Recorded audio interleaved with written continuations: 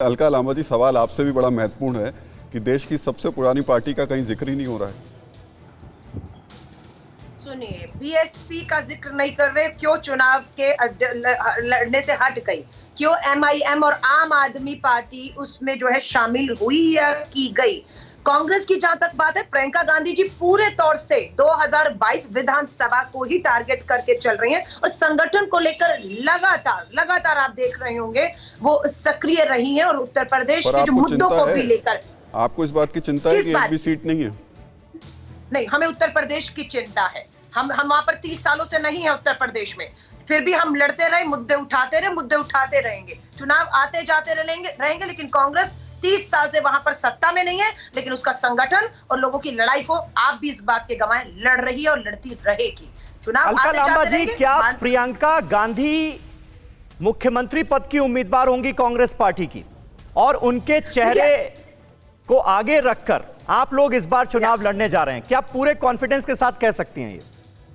समझिए, आप अगर मुझसे पूछेंगे राहुल जी, तो मैं आपको व्यक्तिगत कहूंगी, मुझे पूछेंगे या वहां के हर कार्यकर्ता को, उन्हें लगता है प्रियंका गांधी जी से मजबूत चेहरा और कोई शायद नहीं हो सकता। तो ये कहा क्यों नहीं जा रहा है? ये कहा क्यों नहीं जा रहा है? मैं अजय कुमार लल्लू से बात कर रहा था, उन्होंने भी यही कहा जो आप कह रही हैं। फिर कांग्रेस पार्टी फैसला करके प्रियंका गांधी का चेहरा योगी आदित्यनाथ के चेहरे के खिलाफ क्यों नहीं खड़ा कर देती? देखिए, प्रियंका गांधी जी से भी ये सवाल किया गया था, प्रियंका जी से भी सवाल किया गया था, और प्रियंका गांधी जी ने यही कहा था जवाब में कि हाई कमान और पार्टी जो तय करेगी वो उन्हें स्वीकार होगा। तो मुझे लगता है अभी वो पूरा संगठन पे ध्यान दे रही है, जब समय आएगा जरूर पार्टी भी इस पे कॉल लेगी, और प्रियंका जी को जो जिम्मेदारी सौंपी गई है या जाएगी, मुझे लगता है वो बिल्कुल उससे पीछे नहीं हटेंगी। सतीश जी, लेकिन यहाँ आपसे सवाल जरूरी हो जाता है, आपका कैमरा बहुत ज्यादा हिल रहा है, लेकिन इन चुनाव में तो बड़ी मजबूती के साथ जमी है बीजेपी। उम्मीद लग रही है कि 2022 में स्थिति और मजबूत होगी इन इलेक्शंस के रिजल्ट्स को देख करके।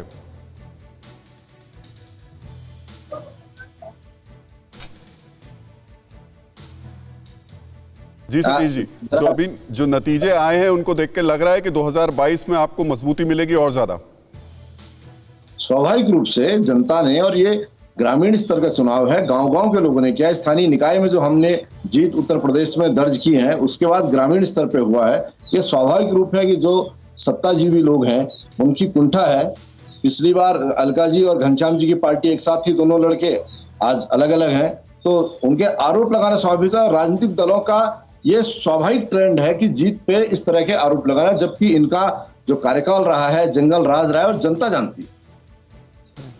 घनश्याम जी, क्या इसमें फिर आपको दिक्कत नहीं हो जाएगी अगर प्रियंका गांधी के चेहरे को बिल्कुल आगे रख के और सीएम कैंडिडेट के रूप में उन्हें प्रचारित करके चुनाव लड़ती है कांग्रेस पार्टी, तो दिक्कत तो फिर समाजवादी पार्टी को भी हो जाएगी इससे? देखिए, जैसे आपने अपने टिकर में दिखाया है अखिलेश जी की तस्वीर, और वो तस्वीर ही उत्तर प्रदेश की असली तस्वीर है। उत्तर प्रदेश में कंस राज को उखाड़ फेंकने के लिए समाजवादी पार्टी तैयार है। कंस राज जाने वाले हैं, उत्तर प्रदेश की जनता के अच्छे दिन आने वाले हैं। जिस सरकार में इस तरीके से दहशत गर्दी की जाए, सरकार का मॉडल ऑफ टेरर हो, डीएम एसएसपी मिलकर के चुने हुए सदस्यों को तंग करें, किसी का अपहरण हो जाए, किसी का मकान गिरा दिया जाए, किसी को वोट न करने दिया जाए, ऐसी सरकार को जनता उखाड़ फेंकेगी। आप देखते रहिए, उत्तर प्रदेश को शमशान और कब्रिस्तान की बुनियाद पे अपना टेरर मॉडल देने वाली ये कंस राज की सरकार जाने वाली है। लेकिन जो रिजल्ट्स नतीजे आ रहे हैं घनश्याम जी, अब आप जो भी कहें, फिलहाल के जो नतीजे आ रहे हैं वो तो ये बता रहे हैं कि फिलहाल बीजेपी मजबूत स्थिति में है। का कब्जा कर लिया है।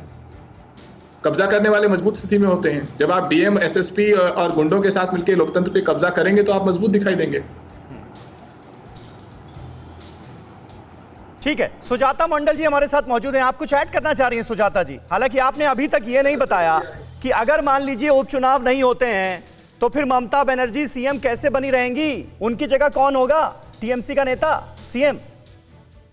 सुनिए, पहले तो ममता जी रहेगा, और सबसे बड़ी बात भाजपा को मैं एक बात बोलना चाहती हूँ कि 2026 में ममता बनर्जी प्राइम मिनिस्टर बनेगा देश का, इसलिए ममता बनर्जी के खिलाफ इतना साजिश मैं पूछता हूँ, मुख्यमंत्री कौन रहेगा 4 नवंबर के बाद? आप फिर प्रधानमंत्री पर पहुंच जाती हैं, उसके लिए तो थोड़ा इंतजार कर लीजिए ना। 2024 में अभी वक्त है, अभी बात कीजिए 4 नवंबर की बात। क्या ममता जी वो लड़ाई शुरू कर दिया, इसलिए निर्वाचन कमीशन के देख के बीजेपी अपना प्रॉपर्टी जैसा काम करा रहा है। सुनिए, जब कोरोना इतना बढ़ रहा था तब क्यों 8 दफा का वोट हुआ था?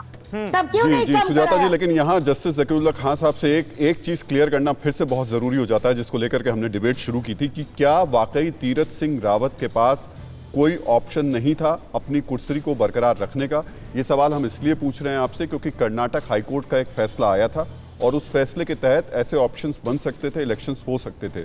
तो हम आपसे यही जानना चाहते हैं कि क्या वाकई बीजेपी के पास कोई ऑप्शन नहीं था? ऐसा है कि कॉन्स्टिट्यूशन में कोई ऐसा इम्पेडिमेंट नहीं है कि रोका नहीं जा सकता था। वो खड़े हो सकते थे और आराम से इलेक्शन कंटेस्ट कर सकते थे। लेकिन ये तो पॉलिटिकल बॉसेस का वो है, वो आज भी इलेक्शन लड़ सकते हैं, कुछ कर सकते हैं, लेकिन किस वजह से उनको नहीं इलेक्शन लड़ाया गया ये तो पॉलिटिक्स की बात है और ये तो बीजेपी का अपना रुख है। लेकिन वो किसी भी हर हालत में एलिजिबल थे, लड़ सकते थे और लड़ना चाहिए था। और अगर वो भाग रहे हैं तो इसका मतलब ये कि there is something behind it, और इसके लिए वो जिम्मेदार है और लोग जो उनको खड़ा कर रहे हैं वो जिम्मेदार है। और या लॉन्ग रन में कहा जाए अगर उनकी पार्टी है उसका अगर 4 नवंबर तक उपचुनाव नहीं कराए जाते हैं बंगाल में, तो 4 नवंबर के बाद अपने पद पर बने रहने का तो किसी भी हाल में अधिकार नहीं होगा ना ममता बनर्जी को। नहीं, वो तो है सही, बिल्कुल रहेगा, लेकिन ऐसा क्यों होगा? क्योंकि इलेक्शन कमीशन इतना वो थोड़ी होगा कि अगेंस्ट द कॉन्स्टिट्यूशन काम करेगा। अगर कॉन्स्टिट्यूशन में है 6 मंथ दिया हुआ है तो 6 मंथ का एक मौका तो दिया जाएगा, क्यों नहीं दिया जाएगा? और ये अगर ऐसा है तो डेमोक्रेटिक पॉलिसी, डेमोक्रेसी है क्या चीज? इसका मतलब डिक्टेटरशिप हो गई, इसको चाह रोक दिया। अगर ममता को रोक दिया जाता काफी बेहतर हो रहे हैं, इसलिए ऐसी आशंका नजर तो नहीं आती। फिक्र आपकी, सोमवार से शुक्रवार रात 9 बजे सिर्फ TV9 भारतवर्ष पर।